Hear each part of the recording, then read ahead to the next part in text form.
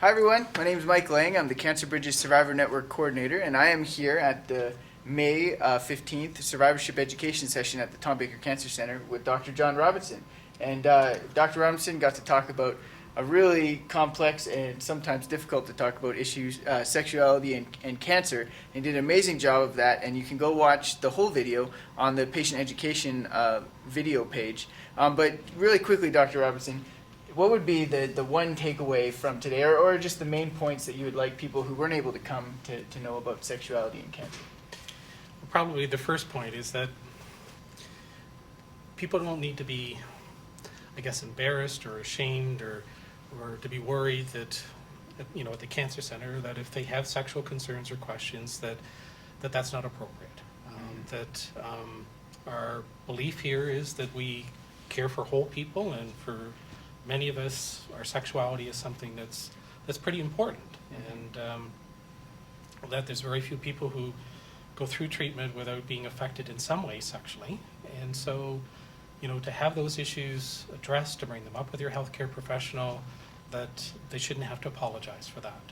Whether, you know, they're a 75-year-old man who's single, or a 75-year-old woman who's single. I mean, hopefully that the patients do feel that they're not going to be judged because they're too old for sex, or too young for sex, or that they, you know, whatever it might be. That we do want to make sure that not only is the cancer treated, but that the people are fully treated.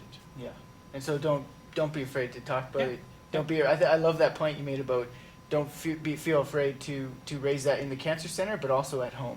Have those conversations with your spouse or significant other, or just not to shy away from that. Yeah.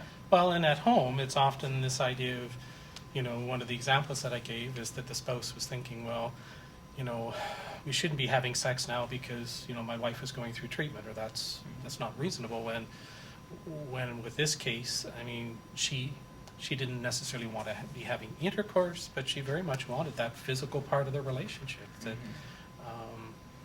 for many people, life is a sex-affirming activity.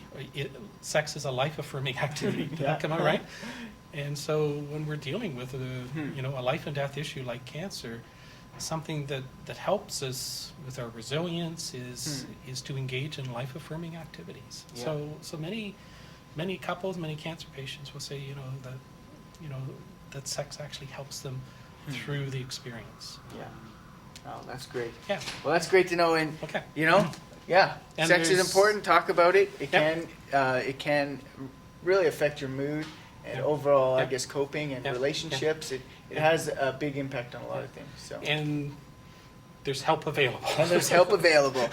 One of the ways to help is right here, Dr. John Robinson. So thanks so much for being with us today. Really appreciate it. Good. And and we got lots of tricks up our sleeves for you. He's got a lot of ways that he can help you. So I'll also include some of his contact information on the below in the blog here. So feel free to contact him if you'd like to learn some more. So thanks again. All right, see you guys.